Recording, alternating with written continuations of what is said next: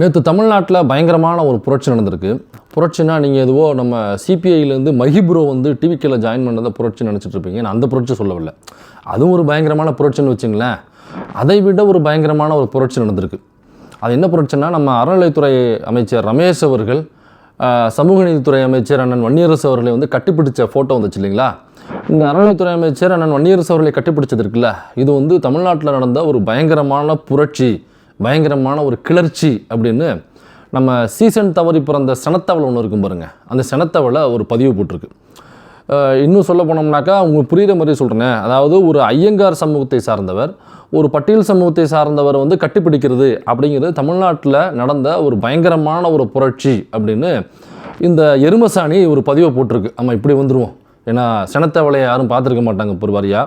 நீங்கள் ஒருவேளை பார்க்காதவங்கனாக்கா இந்த பதிவு போட்டால் பார்த்தீங்களா, அவனோட டிபி எடுத்து பாருங்கள். அதுதான் சனத்தவளையினுடைய எக்ஸாக்ட் உருவம்.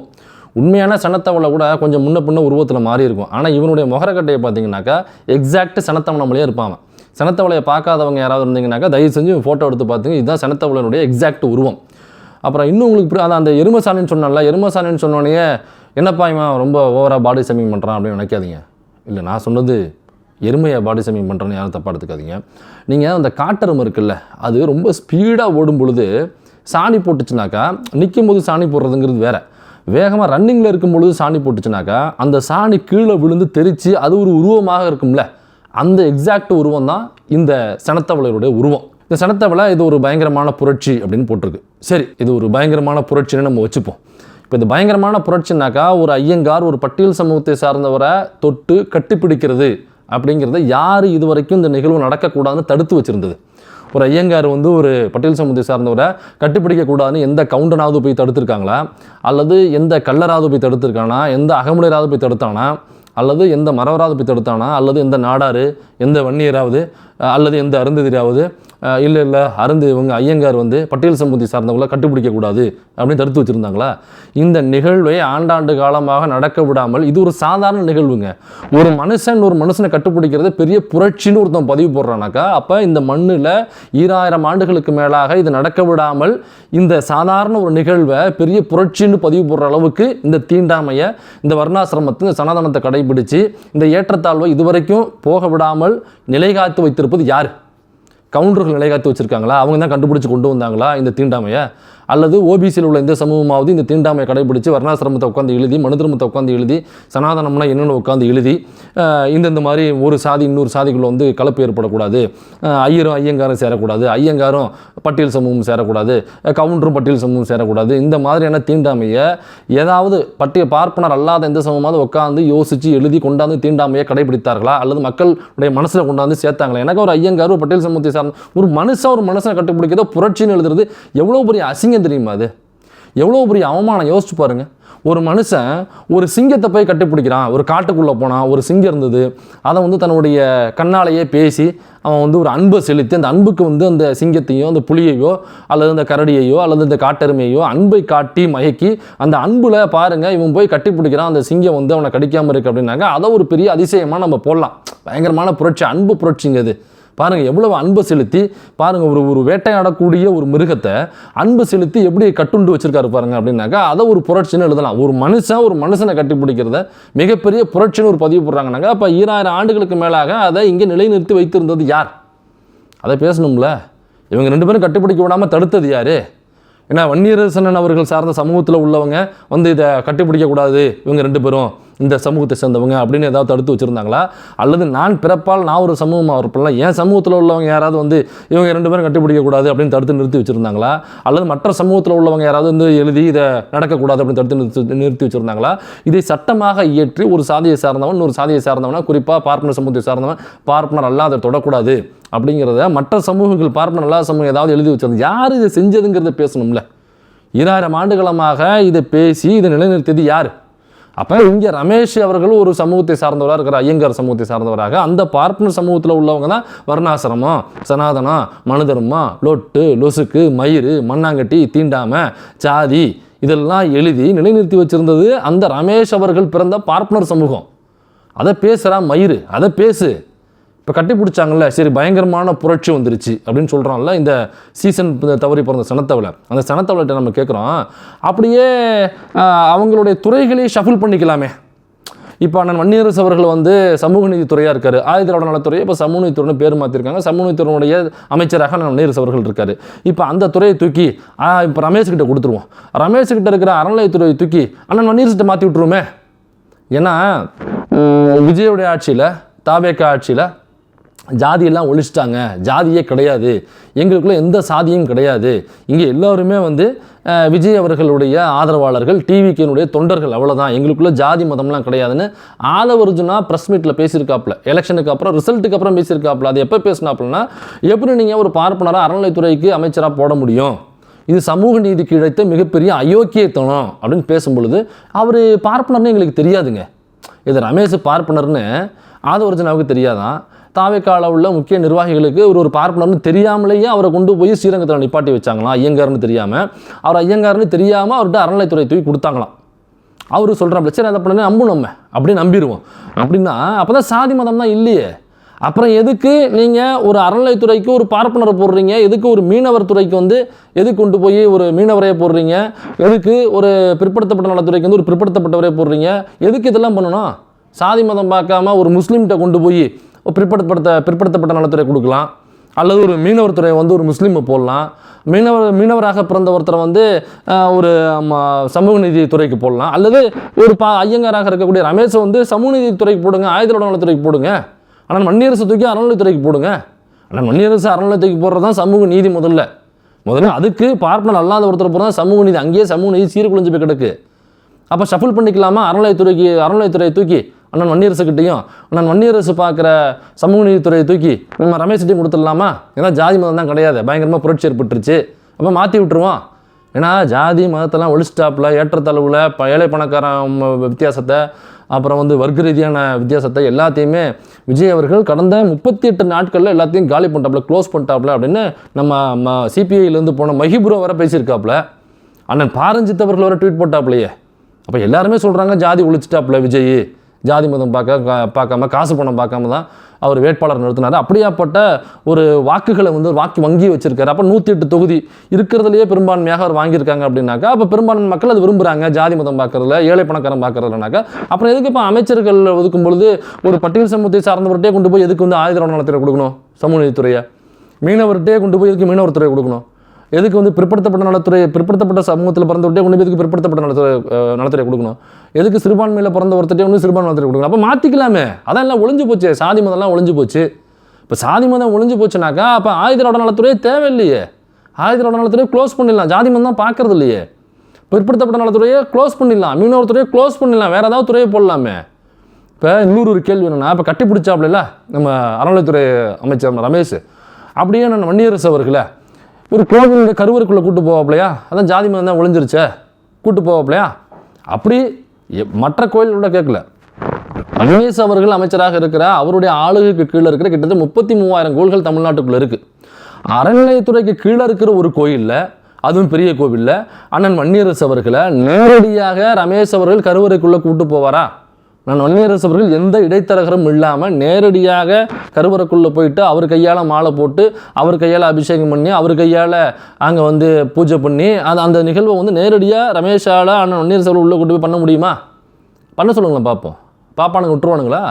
இல்லை விட்டுருவானுங்களான்னு கேட்குறேன்.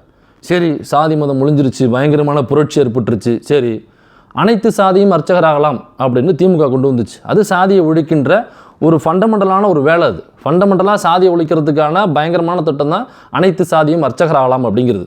இப்போ அனைத்து சாதியும் அர்ச்சகராகலாம்னா அண்ணன் வன்னியரசு அவர்கள் பாராட்டி பேசுவார். அனைத்து சாதியும் அர்ச்சகராகலாம்ல நாங்கள் வரவேற்கிறோம், நான் வந்து எங்களுடைய விசிக கட்சி வரவேற்கிறது, எங்கள் தலைவர் வரவேற்கிறேன், நானும் வரவேற்கிறேன்னு சொல்லிட்டு அவர் பேசுவார், அவர் பதிவு போடுவார். இந்த ரமேஷ் பதிவு போட சொல்லுங்கள், அனைத்து சாதியும் அர்ச்சகராகலாம் அப்படிங்கிற திட்டத்தை வந்து நாங்கள் வரவேற்கிறோம்னு சொல்லி பேச சொல்லுங்களேன் பார்ப்போம். நான் வன்னியரசு பேசுவார், சனாதன மொழிகணும் நான் வன்னியரசு பேசுவார், ரமேஷை பேச சொல்லுங்க பார்ப்போம். சனாதனம் மொழிகணும், சனாதனங்கிற வார்த்தை கூட வாயிலேருந்து வராது, மன்னிக்கணும் அமைச்சர், மரியாதை கொடுக்கணும், ஃப்ளோவில் வந்துருச்சு, மன்னிக்கணும். அதனால் அமைச்சர் ரமேஷ் அவர்கள் பேசுவாப்லையா சனாதனம் மொழிகன்னு, வர்ணாசிரமம் ஒழிகன்னு சொல்லிட்டு அண்ணன் பேசுவார் வன்னியரசன், ரமேஷ் பேசுவாப்லையா? இதோட மனுதர்ம மொழிகன்ட்டு அண்ணன் பேசுவார், யார் வன்னியரசன் பேசுவார், இவர் பேசுவாப்லையா? நம்ம அறநிலைத்துறை அமைச்சர் ரமேஷ் பேசுவாப்லையா. அப்போ ஆண்டாண்டு காலமாக இதை கொண்டு வந்து நிலைநிறுத்தி இங்கே மக்கள் மத்தியில் கொண்டு போய் சேர்த்தது யார்? ஏங்க, ஒரு 2 வருஷத்துக்கு முன்னாடியே ஒரு பாப்பான், ஒரு கிழட்டு பாப்பான் ஒருத்தன் உட்காந்து பிரசங்கம் பண்ணுறான், ஓப்பனாக பிரசங்கம் பண்ணுறான். அது எங்கள் தெருவுக்குள்ளே நான் சின்ன வயசாக இருக்கும்போது ஒரு நாடார் வகுப்பை சார்ந்த ஒருத்தன் வந்து தெருவுக்குள்ளே வந்துட்டான், கிரகத்துக்குள்ளே. எங்கள் தோப்பனார் என்ன தெரியுமா பண்ணார்? தலைகீழே கட்டி தொங்க விட்டு அவனை அடித்து முதுகுத்தோலை உரிச்சாரு அப்படின்னு ஒரு 2 வருஷத்துக்கு முன்னாடி உள்ள ஒரு கிழட்டு பாப்பான் ஒருத்தவன் ஒரு வீடியோவில் பதிவு பண்ணுறான். ரோட்ல ஒரு நாடார் பையன், நாடார் குலத்தை சேர்ந்த ஒரு பையன் உள்ள நுழைஞ்சிட்டான்னு சொல்லி எங்க தாத்தா வீட்டுல வெட்டியானோ தலையாரில வீட்டுல கால் பிடிச்சு விட்டு இருப்பாங்க தாத்தாவுக்கு. எங்க அம்மா சின்ன குழந்தை சொல்லுவாங்க, அந்த பையனை தலையில கட்டி தொங்க விட்டு அடிச்சிருக்காரு எங்க தாத்தா. இதே மாதிரி இன்னொரு கலெக்ட் பார்ப்பான். இந்த நம்ம அறநிலைத்துறை அமைச்சர் வந்து எம்எல்ஏ கேண்டிடேட்டை போட்டு ஜெயிச்சாப்ல ஸ்ரீரங்கம். அதே ஸ்ரீரங்கத்தில் உள்ள கல்யாணராமன் என்கிற ஒரு கலெக்ட் பார்ப்பான் பேசுகிறான். டேய் தம்பி, நீ வந்து நாடாராவே பிறந்துக்க அடுத்த ஜென்மத்தில். ஏன்னா பார்ப்பானாவும் நீ பிறந்தினாக்கா நீ வந்து ஒழுக்கமாக இருக்கணும், உண்மையை பேசணும், திருடக்கூடாது, கொலை செய்யக்கூடாது, கொள்ளையடிக்கக்கூடாது, கூத்தியாக வச்சுக்கக்கூடாது, நீ வந்து சூதாடக்கூடாது, நீ ஓகேனா இருக்கணும். அப்போ பிராமணன் பிறந்தாக்கா இவ்வளவு வேலைகளை நீ செய்யணும். ஆனால் நாடாராக பிறந்தீங்கனாக்கா உனக்கு இதெல்லாம் நீ செய்ய வேண்டிய அவசியமே இல்லை. நீ கூத்தியாக வச்சுக்கலாம், நீ கொலை பண்ணலாம், கொள்ளையடிக்கலாம், நீ வந்து சூதாடலாம், நீ குடிக்கலாம், எது வேணாலும் பண்ணலாம் நாடாராக பிறந்தா. அப்போ நீ வந்து அடுத்த ஜென்மத்தில் நாடாராகவே போகிற அப்படின்னு சொல்கிறான். அப்போ என்ன சொல்கிறாங்க? நாடார் சமூகத்தில் பிறந்தவங்கனாலும் இதெல்லாம் செய்யலாம், இதெல்லாம் செய்வாங்க.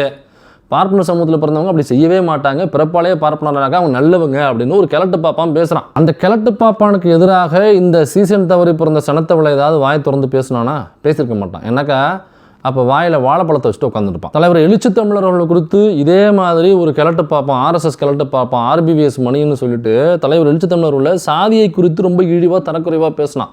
இந்த வீடியோவை கரிகாலன் தான் உள்ளே போய் ஷூட் பண்ணிட்டு வந்து அதை வெளியில் போட்டது. அதுக்கப்புறம் அது இஷ்யூ ஆகுது, அப்புறம் கேஸ் ஃபைல் பண்ணுறாங்க. திமுக அரசில் அந்த ஆர்எஸ்எஸ் ஆர்பிவிஎஸ் மணியன்கிற கிழட்டு பாப்பானை கைது பண்ணாங்க. கைது பண்ணி வழக்கு போட்டாங்க. வழக்கை திமுக அரசு இருக்கிற வரை அதை ஃபார்வர்டாக கொண்டு போணுச்சு. தாவேக அரசு எப்போ வந்துச்சோ ஆர்பிவிஎஸ் மணியனை ரிலீஸ் பண்ணிருச்சு. இப்போ இது குறித்து பேசுவோன்னா, வாய் திறந்து பேசுவோன்னா, எந்த ரமேஷ் அண்ணன் வன்னியரசு அவர்களை கட்டுப்பிடிச்சானோ அந்த கட்சியில் உள்ள ஒரு தலைவர், இதுவரைக்கும் ஒடுக்கப்பட்ட மக்கள் எங்கே பாதிக்கப்பட்டாலும் அவர்கள் எந்த சமூகமாக இருந்தாலும் அங்கே போய் நிற்கிற முதல் காலடி தலைவர் எழுச்சி தமிழனுடைய காலடி, முதல் குரல் எழுச்சி தமிழனுடைய குரல், முதல் கையெழுத்து எழுச்சி தமிழனுடைய கையெழுத்து, முதல் கண்டன அறிக்கை எழுச்சி தமிழனுடைய கண்டன அறிக்கை, முதல் கண்டன ஆர்ப்பாட்டம் விசிகாவுடைய கண்டன ஆர்ப்பாட்டம். அப்படியாப்பட்ட ஒரு தலைவரை சாதியின் பேரை சொல்லி இழிவு செஞ்சு பேசணும் அந்த கிழட்டு பாப்போம் ஆர்பிவிஎஸ் மணியன். அப்போ நம்ம புரட்சியை கண்டுபிடிச்ச இந்த சீசன் தவறி பிறந்த சனத்தவளை அப்போ எங்கே போனான்? ஏதோ வாயில் வாழைப்பழத்தை வச்சுட்டு உட்காந்துருப்பான்னு நினைக்கிறேன். இப்போ இந்த ரமேஷ் இருக்காப்புல இல்லை அறநிலைத்துறை அமைச்சர், அவர் இதுக்கு முன்னாடி போட்ட பல பதிவுகளை நம்ம ஏற்கனவே போட்டு ஒரு வீடியோவை போட்டிருக்கோம். இப்போ அவர் வந்து ஒரு ஆர்எஸ்எஸில் உள்ள ஒரு ஹிந்து முன்னணியில் உள்ளவன் என்ன பதிவுகள் போடுவானோ அதை அப்படியே பதிவாக போட்டிருந்தவர். அது இதில் தஞ்சாவூர் பெரிய கோயிலில் நீங்கள் தமிழில் அர்ச்சனை பண்ணணும்னு சொல்கிறீங்க, குடமுழுக்கு செய்யணும்னு, பரவாயில்ல. ஆனால் இந்த சாதியை சொல்லி வெளியில் நீங்கள் வந்து இடஒதுக்கீடு வாங்குறதோ அல்லது சாதியின் பெயரை சொல்லி மற்ற அனுகூலங்களை அனுபவிக்கிறதோ இதெல்லாம் வேண்டான்னு சொல்லிடுவீங்களா அப்படிங்கிற அப்ட்ராப்டான ஒரு அப்பட்டமான ஒரு மேம்போக்கான ஒரு ஆர்எஸ்எஸ்காரனுடைய மனநிலையில் இருந்து போடப்பட்ட பதிவுகள் இது.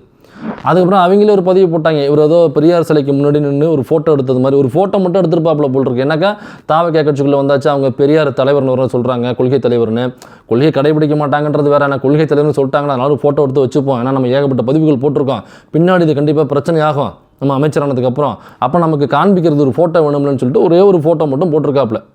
இல்லைங்க உண்மையிலேயே ஒரு பெரியாருடைய ஃபாலோ இருந்தால் அப்படின்னாக்கா பெரியாரை பற்றி எந்த மேடையில் ரமேஷ் பேசியிருக்காப்புல காமிங்க.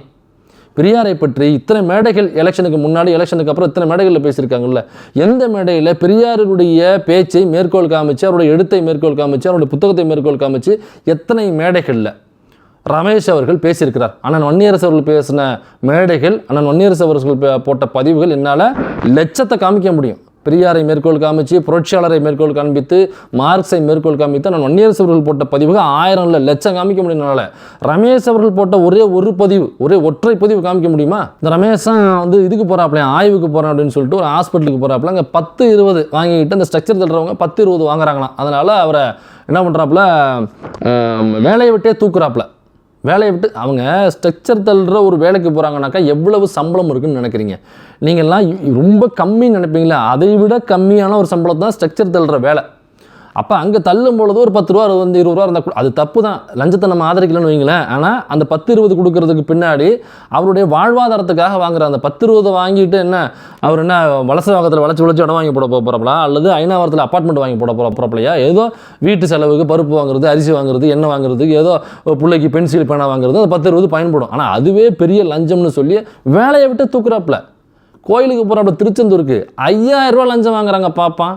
5000 ரூபா லஞ்சம் வாங்குறான். அந்த அவசரமாக கூட்டு போவாங்க, இல்லை அவசரமாக கூட்டு போகிற வழி விஐபி இருக்குல்ல, அதில் காசு வாங்கக்கூடாது, 0 காஸ்ட் அது. அதை யார் தெரியுமா கூட்டு போகணும்? சிலரை தான் கூட்டு போகணுன்ற ரூல்ஸ் இருக்குது. எல்லாரும் கூட்டு போகக்கூடாது காசு வாங்கிக்கிட்டாரு. யாரை கூட்டு போகலான்னாக்கா சிஎம், டெபுட்டி சிஎம், அமைச்சர்கள், எம்எல்ஏ, அல்லது ஐஏஎஸ் ஆஃபீஸர்ஸு, ஐபிஎஸ் ஆஃபீஸர்ஸு, அல்லது ரொம்ப பிரபலமான நடிகர்கள் அவங்க போய் நின்னாக்கா கூட்டம் கூட்டிடும் அப்படின்ற லெவலில் உள்ள நடிகர், இந்த மாதிரியான பிரபலங்கள், இந்த அஃபீஷியல்ஸ் எனக்கு இவங்க போய் நின்னாக்கா, இந்த கூட்டத்தில் போய் நின்னாக்கா அவங்களுக்கு ஏகப்பட்ட வேலைகள், மக்கள் வேலை பார்க்க வந்தவங்க, ஐஏஎஸ் ஆஃபீஸர்ஸ், எம்எல்ஏ, எம்பிலாம். அதனால் அவங்கள வந்து நிப்பாட்டி வச்சோம்னாக்கா நேரம் வீணாகும், மக்களுக்கு செலவு பண்ணுற நேரம் அங்கே வீணாகும் அவங்களுக்கு. அப்படிங்கிறதுனால அந்த சிறப்பு தரிசனம் அப்படியே கொண்டு போய் காமிச்சிட்டு அப்படியே அனுப்பிச்சிடுவாங்க. ஐயா நீங்கள் போய் மக்கள் வேலையை பாருன்னு சொல்லி அனுப்பிச்சிடுவாங்க. பெரிய பெரிய நடிகர்கள் வந்தாக்க அவங்க போய் நல்லா கூட்டம் ஆகிடும், ஸ்டாம்பீட் ஆகும். அதனால் அப்படியே கொண்டு போய் விட்டு அப்படியே காமிச்சிடுவாங்க. இதுக்காக கொண்டு வரப்பட்டதால் அந்த சிறப்பு தரிசனம் அப்படிங்கிறது. ஆனால் அந்த பாப்பாரப்பழம் வந்து நம்ம பண்ணுவானுங்க, அங்கே வந்து நீங்கள் 2000 5000 10,000 கொடுத்தீங்கன்னாக்கா அப்படியே கொண்டு போய் காமிச்சிட்டு அப்படியே கொண்டு போய், இப்போ நான் போனால் கூட 5000 கொடுத்துன்னு வச்சுக்கலாம், அங்கே திருப்பரங்குன்றத்தில் அந்த பாப்பாரப்பைய என்னை அப்படியே கொண்டு போய் காமிச்சு அப்படியே கொண்டு போய் விட்டுருவான் ஈஸியாக. அப்படிங்கிற செகண்டுக்குள்ளே சாமியை வந்து நேரடியாக கிட்ட நின்று பார்க்க முடியும். 5000 இல்லை 10,000 கொடுத்தோன்னு வச்சுங்களேன், சாமியை கொண்டாந்து ஏங்கிட்ட நான் நிப்பாட்டிடுவான். இதுவே 50,000 கொடுத்தோன்னு வச்சுங்களேன், சாமியை தூக்கிட்டு என் வீட்டுக்கு வந்துடுவான். நீங்கள் ஏன் இங்கே வரீங்க, நீங்கள் வீட்டுக்கு போங்க, நான் கூட்டு வரேன், உங்களுக்கு எவ்வளோ வேலைகள் இருக்கும், இவர் சும்மா தானே இருக்காப்புல, நான் தூக்கிட்டு வரேன் போங்க, இவ்வளோ தூரம் வந்துட்டு நீ கஷ்டப்பட்டு அப்படின்னு சொல்லிட்டு அங்கே வந்துட்டு இருப்பான். 1 லட்சம் கொடுத்தீங்கன்னாக்கா அப்படியே பேத்துக்கணும், நம்ம வீட்டிலே வச்சுருவாப்புல. நீங்கள் வச்சுக்கங்க, பர்மனெண்ட்டாக வச்சுங்க, டெய்லி உங்களுக்கு வேணும்ல, என்ன நீங்கள் விளையாடுறீங்களா அப்படின்னு. நீங்கள் 10 லட்சம் கொடுத்தீங்கன்னா கோயிலே பேத்துக்கணும் உங்கள் வீட்டில் வச்சுருவான். அப்படியாப்பட்ட ஆளவன் 10 20 வாங்குறதுக்கே நீ வேலையை விட்டு தூக்கணுனாக்கா 5000 வாங்கின பாப்பனா என்ன பண்ண, ஒரு மன்னிப்பு கடிதம் கொடுத்தா போதும். மன்னிப்பு கடிதம் கொடுத்துட்டு அவர் திரும்ப வேலையில் ஜாயின் பண்ணிக்கலாம். இதுதான் இந்த ரமேஷ் செய்த பயங்கரமான புரட்சி. திருவண்ணாமலையில் ஒரு வீடியோ ஒன்று வைரலாக இருக்குது. அந்த வீடியோ நம்மளும் போட்டிருந்தோம். அந்த வீடியோவை அவருக்கு அது ஒரு பதில் சொல்லியிருந்தாப்புல. அந்த வீடியோ என்னன்னாக்கா, திருவண்ணாமலையில் கடவுளை பார்க்குறதுக்கு ஆன்மீகத்தோட பக்தியோட போகிறாங்க. அதில் மாற்றுத்திறனாளி பெண், அவங்களால ரொம்ப நேரம் நிற்க முடியல, காலை பார்த்தாலும் அவங்க இந்த வீடியோலாம் காலை காமிக்கிறாங்க, மாற்றுத்திறனாளி இருக்காங்க. அப்போ அவங்கள மட்டும் உள்ளே விடுங்க கேட்ட தானேன்னு சொல்கிறாங்க. அந்த பாப்பா என்ன சொல்கிறான், 500 ரூபா வாங்குறான். உள்ளே போகணும்னாக்கா 500 ரூபா கொடுத்தா தான் உள்ளே விடுவானா, 500 ரூபா கொடுக்குறவங்க மட்டும் தான் உள்ளே விடுவானா. அப்படி இல்லைனாக்கா நீங்கள் ரொம்ப லேட்டாக வெயிட் பண்ணி போகணும். அப்போ 500 ரூபா கொடுத்தோம்னா உள்ளே வரணும். பக்கத்தில் உள்ளவங்க சொல்கிறாங்க, ஐயா வந்து மாற்றுத்திறனாளி கால் முடியல, நிற்க முடியாது, அவங்களால நீங்களே பார்த்தீங்களே தெரியுதுல, உங்களுக்கு மனிதாபமானம் இல்லையா, உங்களுக்கு ஈவிரக்கம் இல்லையா, அவங்கள மட்டுமாவது உள்ளே விடுங்க, அவங்கள மட்டும் விடுங்கன்னு சொல்லிட்டு பக்கத்தில் நிற்கிறவங்களாம் ப்ரெஷர் போடுறாங்க அந்த பாப்பானுக்கு. அந்த பாப்பா 2 அடி தள்ளி போய் நின்றுட்டு, அதெல்லாம் கண்டுக்காதீங்க, இது அப்படி தான் வருவாங்க, எல்லாம் இது சரியில்லை அது சரியில்லைன்ட்டு எல்லாரும் உள்ள விட முடியுமா, மாற்றுத்திறனாளினா உள்ளே விட்டாக்கா அப்புறம் எல்லா மாற்றுத்திறனாலும் வந்து உள்ளோடுமா, அப்புறம் காசு யார் தர்றது அப்படின்ட்டு நீங்கள் யோசிச்சு பாருங்கள். ஒரு பஸ்ஸில் போகிறோம், உட்காந்துருக்கோம், ஒரு மாற்றுத்திறனாளி வர்றாங்க, பக்கத்தில் நிற்கிறாங்கன்னா நம்ம ஏந்திரிச்சு இடம் கொடுப்போம். இப்போ இடம் கொடுக்காம உட்காந்துருந்தோம்னு வைங்களேன், பக்கத்தில் நிற்கிறாங்களா, அவங்க சொல்லுவாங்க, ஐயா நீங்கள் கொஞ்சம் சின்ன பிள்ளையா இருக்கீங்க, கொஞ்சம் ஏந்திரிச்சிட்டு அவங்களுக்கு இடம் கொடுங்க, நிற்க முடியாது அவங்களால அப்படின்னு சொல்லிட்டாங்கன்னு வச்சுங்களேன். நாம் அதை சொன்னதுக்கு அப்புறமும் உட்காந்துருந்தோம்னு வச்சுங்களேன், நம்மளை திட்டுவாங்க. பஸ்ஸில் உள்ள எல்லாருமே காரி முகரில் துப்புவாங்க. ஏன்டா கொஞ்சமாவது உனக்கு ஈவிரக்கம் இருக்கா, நீ நல்ல கல்லு குண்டா மாதிரி தானே இருக்க, அவங்க வந்து முடியல, கால் முடியாதவங்க அல்லது வந்து மாற்றத்தினால இருக்காங்க, நிற்க முடியாது, வயசானவங்க கூட்டத்தில் எப்படி நிற்பாங்க, நீ ஏந்திரிச்சு இடம் கொடுக்கலாமடா, அதனால் மனிதாபிமானம், உனக்கு கருணையே இல்லையா, நீ மனுஷனே இல்லையா, மனிதாபிமானமே கிடையாதா, நீலாம் எப்படி வந்து உங்களை பெற்றாங்களா இல்லை பேண்ட் போட்டாங்களா அவங்க வீட்டில் அப்படின்னு சொல்லிட்டு ஏசுவாங்களா ஏச மாட்டாங்களா, நல்லா ராடு வச்சு ஏற்றுவாங்கல்ல பஸ்ஸில் உள்ளவங்க பூரா. இப்போ ஒரு பாப்பா அந்த வேலையை செய்யும் பொழுது அப்போ ராடு ஏற்றணுமா வேண்டாமா அவனுக்கு, இதே மாதிரி காரி துப்பணுமா வேண்டாமா. அங்கே ஒருத்தர் இருக்கிற ஒரு வீடியோவை ஷூட் பண்ணியே போடுறாரு, அதை பக்கத்தில் நிற்கிறவர் அந்த வீடியோவை ஷூட் பண்ணியே போடுறாரு. அந்த வீடியோ நீங்களே பாருங்கள்.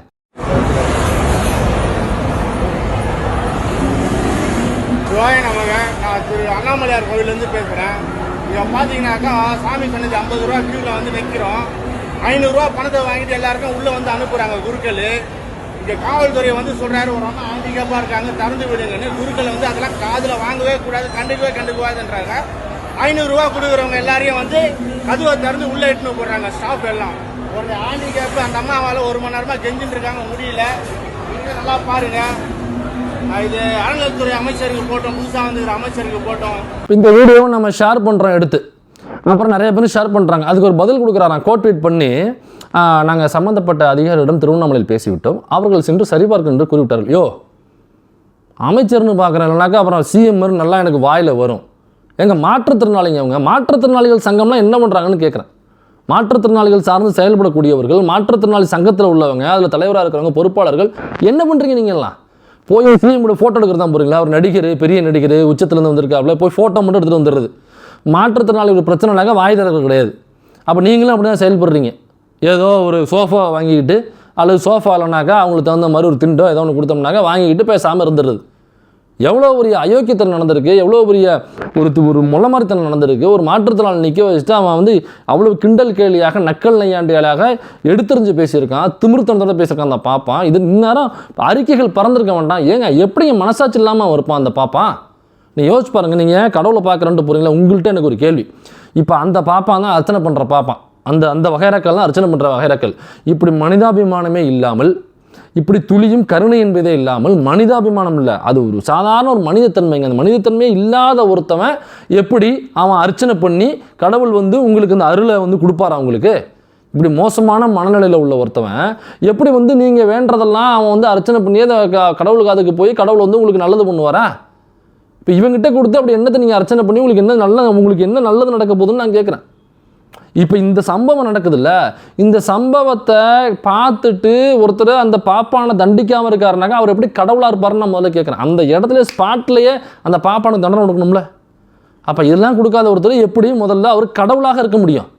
இவ்வளவு கஷ்டப்பட்டு ஒருத்தவங்க நிற்கும் பொழுது அதை ஒருத்தன் வேடிக்கை பார்க்குறான், கிண்டல் பண்ணுறான், கேலி பண்ணுறான், அவங்க நல்லது செய்ய வேண்டிய இடத்துல இருக்க வேண்டியவன் அவன் எதுவுமே பண்ணாமல் 500 ரூபா கொடுத்தா விடுவான்னு சொல்லி மனசாட்சியே இல்லாத ஒரு மிருகமாக ஒருத்தவன் நடந்துக்கிறான். அப்படின்னாக்கா அந்த பாப்பானை தண்டிக்காத கடவுள் எப்படி கடவுளாக இருக்க முடியும்? அந்த கடவுளை நீங்கள் போய் பார்த்து என்ன பண்ண போகிறேன்னு கேட்குறேன். அந்த கடவுள் உங்களுக்கு எப்படி நல்லது செய்யும்? எனக்கு இதுக்கு மட்டும் பதில் சொல்லுங்கள். இப்போ ரமேஷ் இந்த முறுக்கு சரியில்லை, மேனுஃபேக்சரிங் டேட் இல்லை, பூந்தி சரியில்லைன்ட்டு போகிறாப்புல, உண்மையிலே போக வேண்டிய இடம் இதுதான் ஒரு போக வேண்டிய இடம். அப்போ ஒரு 10-20 லஞ்சம் வாங்குறாங்க, வேலையை விட்டு தூக்குறேன் அப்படின்னு சொல்லி தூக்குறாப்புலையே நம்ம ரமேஷ். 500 ரூபா லஞ்சம் கேட்குறானே அவன். பாட்டலுக்கு 10 ரூபான்னு பாடினீங்களா? இப்போ பாடுங்க, கோவிலுக்கு 500 ரூபா, கோவிலுக்கு 500 ரூபான்னு பாட்டு பாடுங்க. இது கோவிலுக்கு 500 ரூபா கூட கிடையாது. ஒருத்தர்கிட்ட 500 ரூபானாக்கா எனக்கு தெரிஞ்ச வரைக்கும் ஒரு நாளைக்கு 50,000 ரூபா அவன் கல்லா காட்டுவான் அந்த பாப்பான். 50,000 எத்தனை பேர் போவாங்க தெரியுமா? எவ்வளோ கூட்டம் அந்த வீட்டில் பார்த்தீங்களா? ஒருத்தர் 500 ரூபா வாங்கிட்டு தான் உள்ளோடு வாங்குறாங்க. அப்போ லிட்ரல் லஞ்சம் வாங்குறாங்க. அது லஞ்சத்தை ஒழிப்போம், நாங்கள் கரப்ஷன் ஃப்ரீ. எப்படா கரப்ஷன் ஃப்ரீ? எல்லா கோயிலையும் கரப்ஷன் இருக்குது. இந்த பாப்பானுங்க எல்லா கோயிலையும் கரப்ஷன் பண்ணுறானுங்க. எல்லார்ட்டையும் அடாவடித்தனமாக காசு வாங்குறானுங்க. திருட்டு முள்ள மாதிரி. நாங்கள் இவங்களுடைய கரப்ஷனை முதல்ல ஒழிக்கணும். இதுதான் மிகப்பெரிய கரப்ஷன். 2000 வருஷத்துக்கு மேலாக நடக்கக்கூடிய ஆகப்பெரும் கரப்ஷனே இதுதான். இந்த கரப்ஷன் ஒழிச்சோம்னா தான் நம்ம கரப்ஷன் ஃப்ரீன்னு முதல்ல சொல்ல முடியும். இதை ஒழிக்காமல் எப்படி கரப்ஷன்? 10-20 வாங்குறத கரப்ஷன் சொல்கிறேன். 500 ரூபா 5000 வாங்குறவனா கரப்ஷன் சொல்ல மாட்டேங்கிற. 10-20 வாங்குறோம் ட்ரான்ஸ்ஃபர் பண்ணுற, வேலை விட்டு தூக்குற, டிஸ்மிஸ் பண்ணுற. 500-5000 வாங்குறவனுக்கு மன்னிப்பு கடிதம் எழுதி கொடுத்தா போதுமா? அதுவும் இந்த பாப்பானுக்கு எதுவுமே கிடையாது. நடவடிக்கை எடுக்க சொன்னீங்கல்ல அமைச்சர், என்ன நடவடிக்கை எடுத்தாங்க அமைச்சர்? அங்கே உள்ள நபர்கள் அவர் மீது எடுக்கப்பட்ட நடவடிக்கை என்ன நீங்கள் சொல்லணுமா இல்லையா? ஏன் சொல்லலை? இப்போ இதெல்லாம் ஏன்னாக்கா அவன் பார்ப்பான், இவரும் பார்ப்பான், அவரும் பார்ப்பான், பாப்பானுக்குள்ள பாம். இதனால தான் சொல்கிறோம், அறநிலைத்துறைக்கு பார்ப்பனர்களை அமைச்சர்களாக போடக்கூடாது. ஏன்னா அறநிலைத்துறை கீழே இருக்கிற அனைத்து கோயிலும் பார்ப்பனர்கள் தான் 95% இல்லை 97% அர்ச்சகர்களாக இருப்பாங்க. அப்போ அங்கே வந்து ஒரு நில குறைப்பு நடக்குது, ஒரு தங்க குறைப்பு நடக்குது, ஒரு வெள்ளி குறைப்பு நடக்குது, ஆட்டையை போடுறானுங்க, திருட்டுத்தனம், முள்ளமாரித்தனம், முடிச்ச வைக்கத்தனம் பண்ணுறானுங்க, சிலையை தூக்குறானுங்க அப்படின்னாக்கா அந்த பாப்பா தான் தூக்க முடியும். அவங்கள்ட்ட தான் சாவி இருக்குல்ல, சாவியும். அப்போ அந்த திருடு எவன் திருடுறானோ அவனுடைய சொந்தக்காரனே கூட்டு போய் நீ அமைச்சராக போட்டுனாக்கா அவன் எப்படி அவனை போய் தட்டி கேட்பான்? எப்படி உண்மை வரும்? எப்படி அங்கே உள்ள கரப்ஷன் இப்படி தடுக்கப்படும்? நகைகள் திருடு போகிறத யார் தடுப்பா? அப்போ அவனுடைய உதவியோடு அந்த ஆட்டையை போட்டுவிட்டு அதில் பங்கு வருது. அப்போ ரமேஷுக்கு அந்த 500 ரூபாயிலேருந்து பங்கு வருது. 10 ரூபாயில் பாட்டில் 10 ரூபா வாங்கும் பொழுது செந்தில் பாலாஜி பங்கு போகுது, டெபுட்டிக்கு பங்கு போகுது, சிஎம்க்கு பங்கு போகுதுன்னு சொன்னவங்க. அப்போ 500 ரூபா வாங்கும் பொழுது ரமேஷுக்கு எவ்வளோ பங்கு போகும்? அப்போ ஆதவர்ஜுனாக்கு எவ்வளோ பங்கு போகும்? அப்போ விஜய்க்கு எவ்வளோ பங்கு போகும்? அப்போ அப்படியே கணக்கு போடலாமா? இப்போ தமிழ்நாட்டில் 33,000 கோயில்கள் இருக்குது. ஒரு கோயில்லையே 50,000 ஒரு நாளைக்கு ஆட்டையை போடுறாங்கன்னா இன்ட்டு 33,000 போடுங்க, எத்தனை கோடி வருதுன்னு பாருங்கள். 13 லட்சம் கோடி கடன் இருக்காங்களா? இதில் சரியான ஆளை போட்டோம்னாக்கா அல்லது இவங்க வாங்கின லஞ்சத்தை திரும்ப கேஸு போட்டு நம்ம எடுத்தோம்னாக்கா அந்த 13 லட்சம் கோடியும் அசால்ட்டாக அடிச்சுட்டு போயிட்டே இருக்கலாம். என்ன ஒரு உழைப்பே செலுத்தாமல் எனக்கா ஒரு கவர்மெண்ட் ஆஃபீஸுக்கு போனோம்னாக்கா அங்கே ஒரு 100-200 கேட்டாக்கா நம்ம சண்டை போடுறோம்ல. இப்போ சண்டை போடுறோமா இல்லையா? எப்படா 100-200 கேட்ப? ஃபோட்டோ எடுக்கிறோம், வீடியோ எடுக்கிறோம், அதை போடுறோம். உடனடியாக துறை சார்ந்த அமைச்சரை வேலையை விட்டு தூக்குறாங்க. ஆனால் இங்கே இந்த கோவிலில் நீங்கள் எத்தனை வீடியோ போட்டாலுமே அந்த அறநிலைத்துறை அமைச்சர் வந்து அவரை வேலையை விட்டு தூக்குறது நடக்கவே நடக்காது. அங்கே இந்த வாட்ச்மேன் ஒரு 10 ரூபா வாங்கிட்டாப்புல, முடிவெட்டுறவங்க ஒரு 10 ரூபா வாங்கிட்டாங்க லஞ்சம், நாங்கள் உடனடியாக வேலையை விட்டு தூக்கு. அறநிலைத்துறை தெரியுமா, நாங்கள் யார் தெரியுமா, ரீல்ஸு இந்த பாப்பா 500 ரூபா வாங்கியிருக்கான், 5000 வாங்கியிருக்கான், எந்த நடவடிக்கையுமே இல்லை. ஏன் எடுக்க மாட்டேங்கிறீங்க? இத்தனை வருஷ காலமாக எந்த வேலையும் செய்யாமல் நம்ம மக்களுடைய, ஓபிசி மக்களுடைய, SC/ST மக்களுடைய உழைப்பை சுரண்டி கொளுத்து தின்ன கும்பல் அது. இந்த கும்பல் மீது இந்த ரமேஷ் எப்படி நடவடிக்கை எடுப்பாப்புல? சேம் அதே ஜாதியை சார்ந்தவர், எப்படி எடுப்பாப்புல அவர்? இப்போ இதெல்லாம் இதை வாயை திறக்க சொல்லுங்கள். அந்த சீசன் தவறி பிறந்த சனத்தவளையை இதை பேசணும். அவன் சனத்தவளை இதுதான் பெரிய புரட்சியாமா. அண்ணன் வன்னியரசு அவர்களை வந்து போய் கட்டி பிடிச்சிட்டாரு. அது பயங்கரமான புரட்சி நடந்துருச்சு. இதுதான் புரட்சி, இது மட்டுமே தான் புரட்சியான். புரட்சியை பற்றி யார் பேசுகிறா பார்த்தீங்களா? மண்ணாங்கட்டி இல்லை 10 மணிக்கு மேலே போதையை போட்டு இந்த இருக்கிற பொம்பளை பிள்ளைகளுக்கெல்லாம் தப்பு தப்பாக மெசேஜ் அனுப்பிச்சிட்டு நல்லா மிதி வாங்கிட்டு கிடக்கும். அது நல்லா வெட்சாட் பண்ணிவிட்டு முகர கட்டைக்கு அவங்க பூரா மறுநாள் இந்த சின்மைகிட்ட வெட்சாட் பண்ணி மிதி வாங்கினுச்சு. இதேமாதிரி பல பேர்கிட்ட வெட்சாட் பண்ணி மிதி வாங்கின ஒரு ஒரு மூதவி முண்டக்கலப்பை தான் இந்த சீசன் தவறி பிறந்த சனத்தவளை. இது புரட்சி நடந்துருச்சு, பயங்கரமான. ஏன் தெரியுமா அதெல்லாம் நடக்குது? திசை மாற்றுதல். இவர் போய் கட்டி பிடிக்கிறது, ஃபோட்டோ எடுத்து வைரல் பண்ணுறாங்களே, நாங்கள் ஜாதியை ஒழித்து விட்டோம். எங்கே ஒழிச்சிங்க? கோட்டை குப்பத்தில் ஏன் ஜாதியை ஒழிக்கல? நீங்கள் ஏன் வந்து கோவில்பட்டியில் ஜாதியை ஒழிக்கலை? அங்கே ஒரு ஆணவ படுகொலை நடந்துச்சு. இது வரைக்கும் 4 ஆணவ படுகொலை நடந்திருக்கு. எப்படி ஜாதியை ஒழிச்சாங்க எப்படி ஆணவ படுகொலை நடக்கும்? கோட்டை குப்பத்தில் அவ்வளோ பெரிய பிரச்சனை நடக்குது. ஜாதியை ஒழிச்சாக்க அங்கே எப்படி கோட்டை குப்பத்தில் எப்படி பிரச்சனை நடக்கும்? இதே மாதிரி தமிழ்நாடு முழுக்க நிறைய இடங்களில் சாதி ஆணவ படுகொலை நடக்குது. திருவாரூரில் வந்து ஒரு சம்பவம் நடந்துச்சு. இதே மாதிரி பல இடங்கள் நடக்குது. இதெல்லாம் எப்படி நடக்கும்? சாதியை ஒழிச்சா எப்படி நடக்கும்? இப்போ இதெல்லாம் கேள்வி கேட்பானா? கேட்க மாட்டான். சிறுமிகள் ஒரே 24 ஹவர்ஸில் 12 பேர் வந்து பாலியல் உறவுக்கு ஆட்படுத்தப்பட்டிருக்காங்க. அதில் 8 சிறுமிகள், அதில் ஒரு 3 வயசு குழந்தை வந்து கொல்லப்பட்டிருக்கு, சாகடிக்கப்பட்டிருக்கு. இப்போ இதெல்லாம் பேச பொருளாகணும்ல, இதெல்லாம் கேள்வி கேட்கணும்ல. அப்போ கேள்வி கேட்கக்கூடாது அப்படிங்கிறத என்ன பண்ணுறாங்கனாக்கா, சட்டமன்றத்தில் வந்து கேள்வி பதில் செஷன் கிடையாது. அப்புறம் வெளியில் கேட்பாங்களே, அதுக்கு டைவர்ட் பண்ணுறதுக்கு 2 பேரும் இந்த அறநிலைத்துறை அமைச்சரை விட்டு வன்னியரசனை கட்டிப்பிடிக்க விட்டு அது ஃபோட்டோ எடுத்து நாங்கள் ஜாதியை ஒழிச்சு விட்டோம். அப்போ இந்த மாதிரியான இந்த வாடகைக்கு வாயை விடுற வாழைப்பழத்தை காமிச்சாங்க, வாயை தூக்கிட்டு போவாங்கல்ல, அவங்கள மாதிரி 4 பேர் விட்டு வாழைப்பழத்தை விட்டு எப்போ மின்னுட்டு கடை இது ஏதாவது பேசி போட்டோம்னா ரூட்லேருந்து உங்களுக்கு காசு போகும், அமௌண்ட்டு போகும். காசுக்காக கூலடிக்கிற ஒரு மாரடிக்கிற கும்பல் தான் இந்த கும்பல். அதனால் இப்போ இதை பற்றி பேசுகிறவன் இதை பற்றி பேசணும்ல. இதுதான் புரட்சி, இதுதான் புரட்சி, இது மட்டுமே தான் புரட்சியான். ஏண்டா சீசன் தவறி பிறந்த சனத்தவளை மாதிரி இருந்துக்கிட்டு புரட்சியை பற்றி பேசுகிறியா? அது சரி, புரட்சியை பற்றி நமக்கு பாடம் எடுத்தவங்கலாம் இன்றைக்கி விசில் புரட்சியில் போய் உட்காந்துருக்காங்க, சோஃபா புரட்சியில் போய் உட்காந்துருக்காங்கன்ற பொழுது இவெல்லாம் புரட்சியை பற்றி பேசுகிறதுல தவறே கிடையாது தான் நான் நினைக்கிறேன்.